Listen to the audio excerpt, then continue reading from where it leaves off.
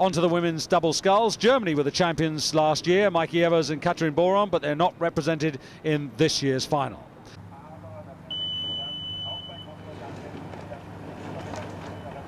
Well, this is really where the British pair, Miriam Batten and Gillian Lindsay, who did so well with their silver medal last year, really have a chance. But the Dutch pair are out for their blood. They believe that they can beat them. They believe that they can take them. The British have had a difficult season. There's been injury for most of their season, and they've really only had a couple of outings through the summer. So here, really, without really knowing what they can do, they are up against a very fast Dutch double. And very determined, Dan, because the same applies to Eke van Ness and Pieter van Dishoek. They've had plenty of silvers, they've had plenty of bronzes. I mean, Eke van Ness with Irene Ayers was runner-up silver medalist in, I should say bronze medalist in Atlanta, and in '95 in the Worlds was silver medalist in the Worlds, and they want this first gold as much as that British pair. They do indeed, and she's very, very experienced, Eke. She's very, very experienced in sculling, crew sculling. But here, I remember watching the British double last year, and how impressed I was with the way that Gillian Lindsay was so long and rangy, the way that she sculled. Very, very effective work. And she again here, they're rating a little bit higher than they were last year. They're moving very well indeed. The French double, youngsters, moving extremely well as well. They're up here in the middle of the pack, moving very fluently together, but not quite the power that the Dutch and the British pair have.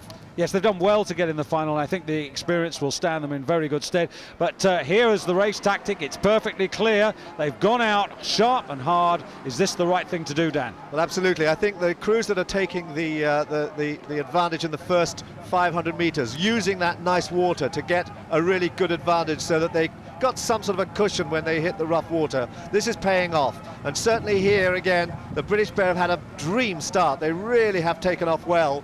That was a little bit suspect for them earlier on in the year. Here they've practiced their starts, they've moved away terribly well, terribly fast, and now they've got 3/4 of a length on the field and are able to survey the scene and judge the way they're racing according to what's happening behind them. 650 metres completed.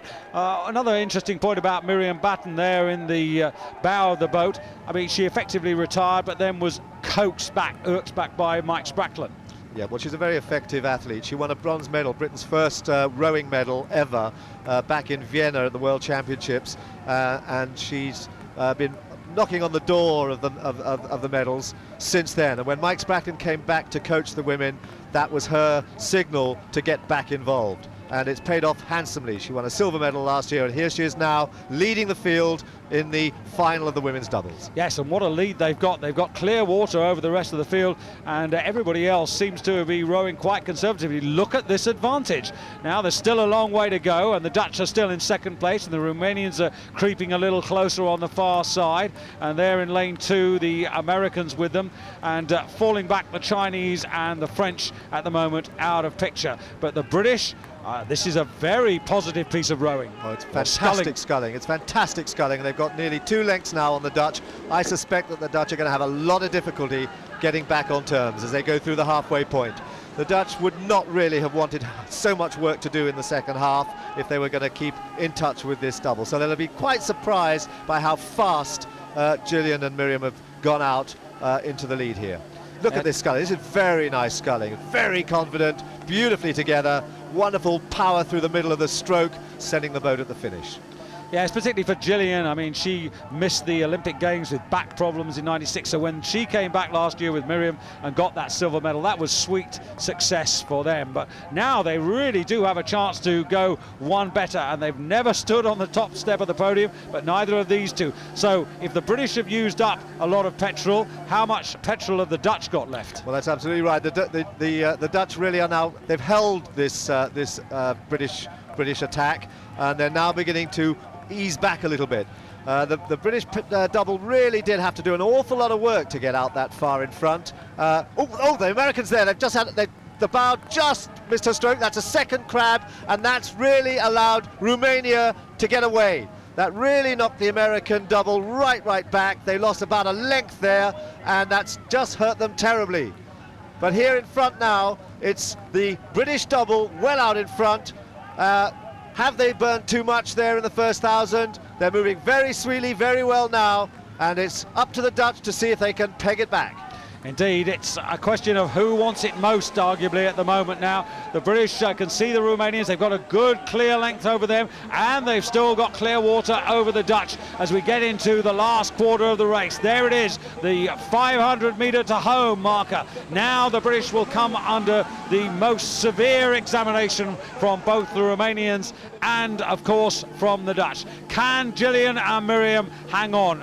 All they've done so far is absolutely right. It's absolutely perfect, but you can see the Dutch are getting very close to the overlap. Well, they've pulled back about 3/4 of a length in the last 500 metres, but the British double are holding their own pretty well now.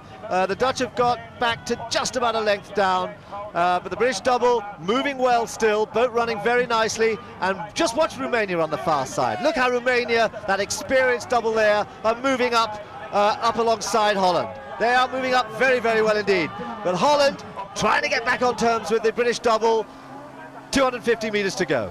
Coming in front of the grandstands now, and British fans, I can tell you, getting really excited now. This has been pillar to post so far, and the winning line not that far away, inside the final 200. The Dutch are still coming. The Romanians at the moment now not making any further progress. This looks to be between Britain and Holland for the gold medal, but who's going to get there first? The overlap is getting bigger and bigger. The Dutch are feeling their way back into this race. Not far to go, coming towards the last 100 metres. Still the British are holding them. Still the British have got the strength to respond.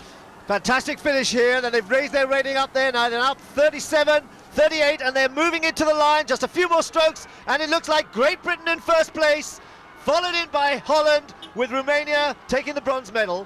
And there they are, across the line, half a length in front. Gold medal to Great Britain. A moment of rowing history for British women's rowing there. A superb gold medal. Don't worry about that result. That is wrong. I can tell you that Great Britain have certainly crossed in gold medal position. And the Dutch are in silver and Romania are in bronze. Do not take any notice. And there is Miriam Batten and Gillian Lindesay gulping in the oxygen. And no energy there to celebrate at all. They are really shell-shocked there. That was a very, very tough race. Hardly able to congratulate each other. It'll sink in a few moments that they have won the title. A fantastic effort there, and a brave and gutsy pillar-to-post victory by Gillian Lindesay and Miriam Batten, earning themselves and Britain their first ever senior heavyweight gold medal. They took advantage of that good water at the start. Well, a big year for Miriam. She gets married later in the year, and having had a chance to warm up, really enjoying being centre stage for the first time in their international careers.